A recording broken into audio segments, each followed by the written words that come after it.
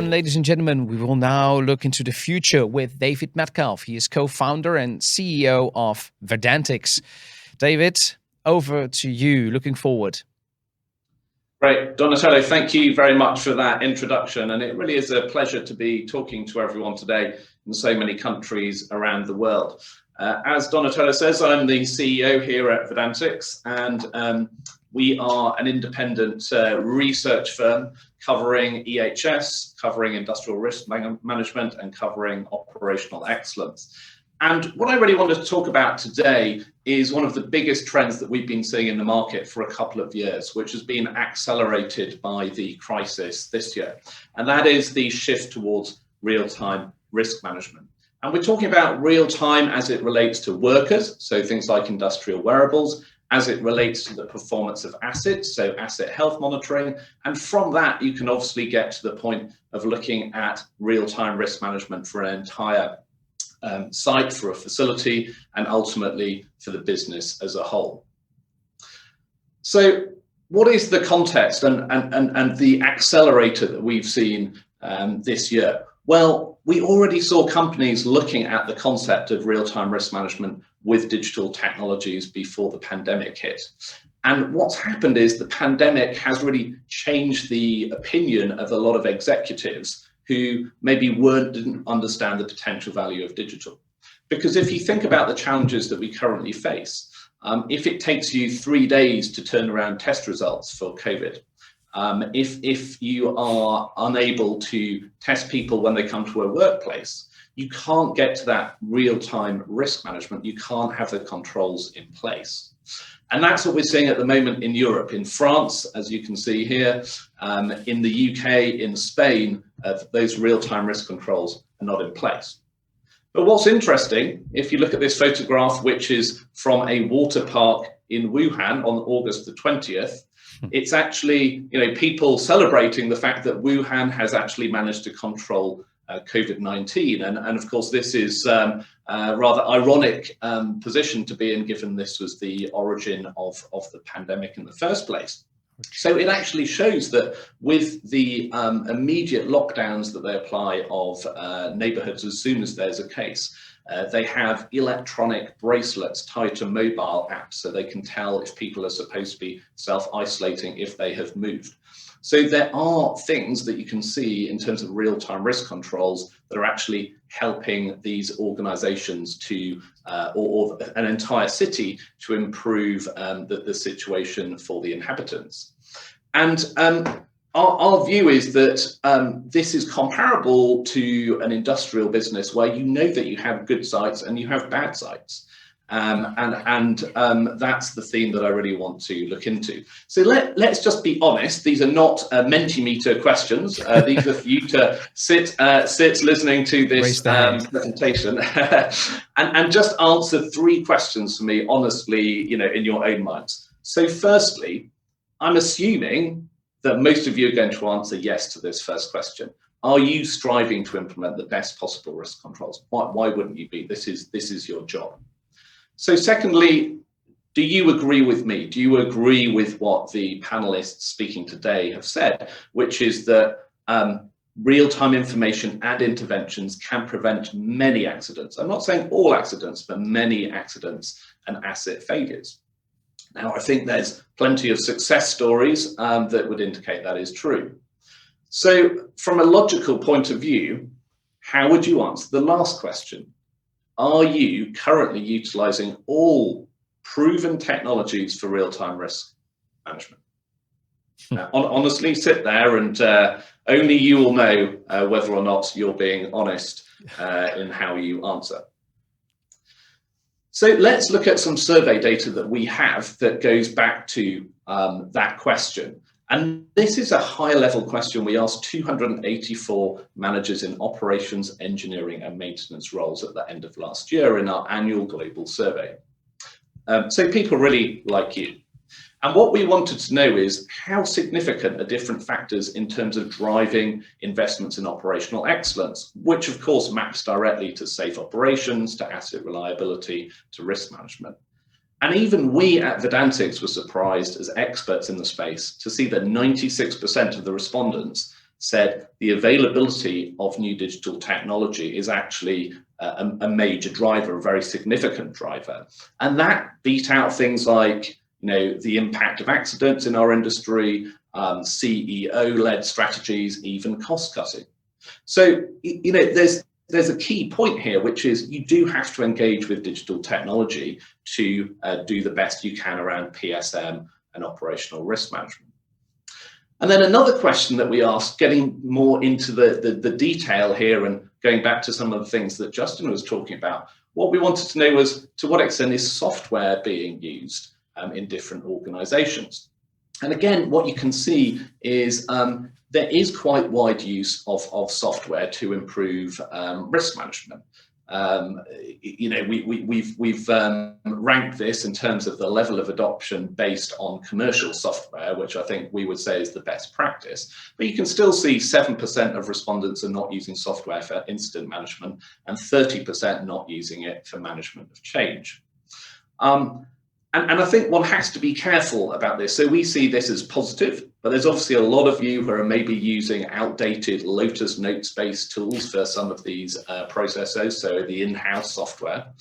But this is not real-time risk management necessarily. The only software we would say that is by definition real-time is control of work.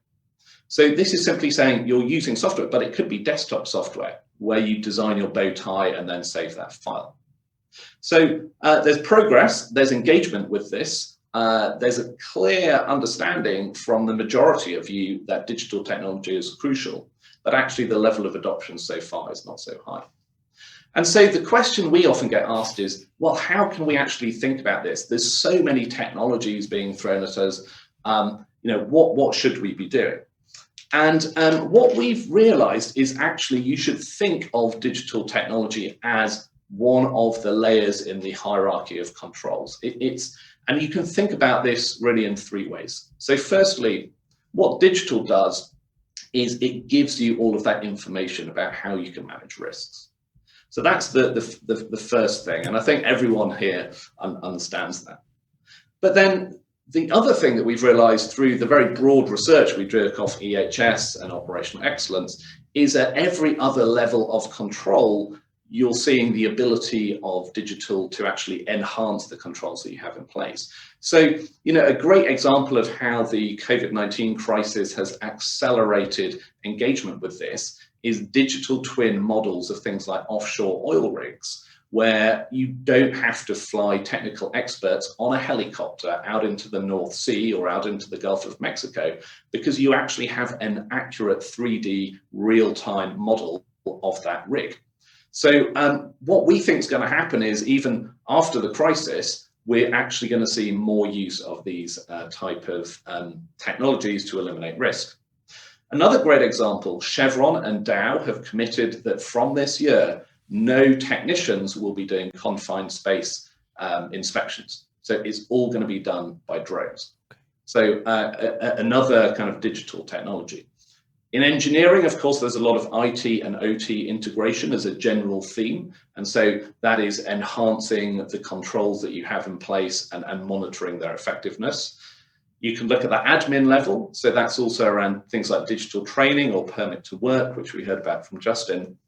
And then, of course, PPE, the most used acronym of 2020, where you're seeing a lot of work around industrial wearables and things like computer vision to make sure people are actually wearing PPE they're supposed to wear. And then the final really interesting thing, which Daniel from SBM Offshore mentioned, is digital connects up all these different things. And that is what you get with a live barrier model. You're actually looking at all of the controls you have in place, and the barrier model is pulling data out of all of these different systems, wearables, asset health monitoring, drones, to give you a live picture of the sort of risks that you face. So is this really just something that we're talking about, or are we seeing a lot of engagement from people like you with wanting to do this and seeing how it works? And this is another survey that we did with 102 managers in EHS and operations roles. And what you can see is over 70% said, well, look, we see great value in terms of trying to connect up our information about assets. So is a valve going to blow, for instance, monitoring that, and workers. Are there some workers going to be doing some maintenance near that dangerous valve? And at the moment, a lot of that information is in very separate systems. But then you can also see there's a huge prize around integrated process safety management. And indeed, I think Enablon, CGE Risk and eVision collectively are able to deliver that integrated view. So let's just finish up thinking there about the people side of things and going back to the kind of concept of the pit stop and, what does the successful team look like? Well, part of the challenge, of course, is that you have people with very different mindsets. And like I'm saying, we've seen the COVID-19 crisis change a lot of mindsets, but it's, of course, not everybody yet. So you may have some senior managers who see the value of this and want to drive the program forward, and we've highlighted them in green. But then you may have some other people, mid-level managers who need encouragement, need some training, need to be educated about some of the concepts and how it's going to work. Maybe they're concerned about the impact on their job. But then often you're running into rejection of the technologies, sometimes because they haven't been thought through, sometimes because it's unions, sometimes they don't work because there's not sufficient communications. And so you can run into these issues. So a final self-assessment for all of you, and being a Brit, I like to inject a little bit of comedy into proceedings. So are you a cautious digital persona? So you yourself, but you could also think about people you work with. Are you cautious? Are you a little bit worried about project risk around digitizing, barrier management and so on? Are you worried about this? So you could think of yourself, are you Mr. Bean? The Rowan Atkinson character. But interestingly, we find people are very impetuous. I've certainly talked to some younger managers in their early 30s where, they've been willing to recruit 100 people into a change management program and actually been very successful. So going back again to that pit stop analogy, let's focus on the really successful teams and what they've done differently. But that's not always something that's going to succeed. So Captain Jack Sparrow, a bit of a maniac, really, certainly achieves things, but it's a bit of a bumpy ride.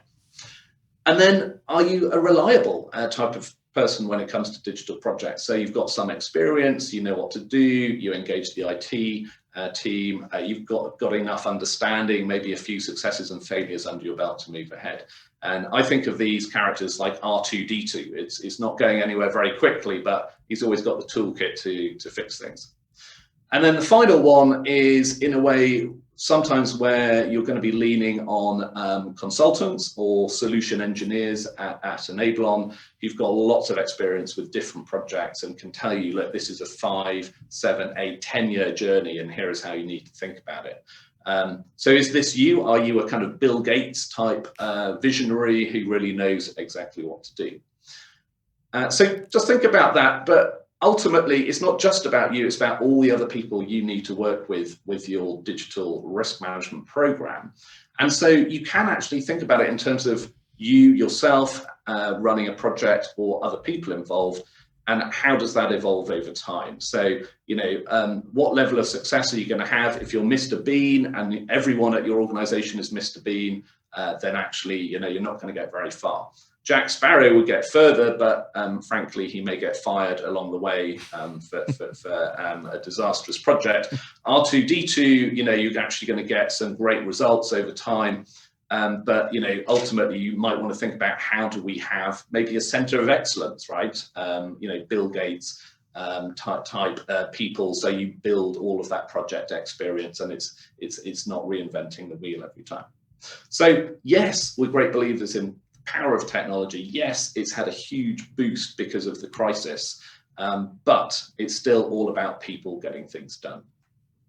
So thank you very much for listening, and I look forward to any questions. And there are some questions, David. Thank you. Well, with whom would you identify, actually? Is that Mr. Bean, Jack Sparrow, Bill Gates, R2-D2? That's a really good question. So I would say I'm more of an R2-D2, actually. So I do have experience both in software and telecoms businesses, and in some web design. And yeah, I think what you learn is that, anticipate that things will go wrong and it's going to take twice as long as you were hoping. All right. And that's the sort of understanding. That's an honest answer. Let's go to some questions. Somebody asks, how about the risks such as cyber crime? Because of course, we are facing more and more cyber related crimes in the past and nowadays. So what will be the next step in preventing or dealing with this aspect, according to you? Yeah, I mean, if you're embarking on any of these type of projects, it is really important to engage with the IT, colleagues up front, because what we often see is people in a business function, maybe asset reliability, maybe head of process safety, they really want to implement a new system.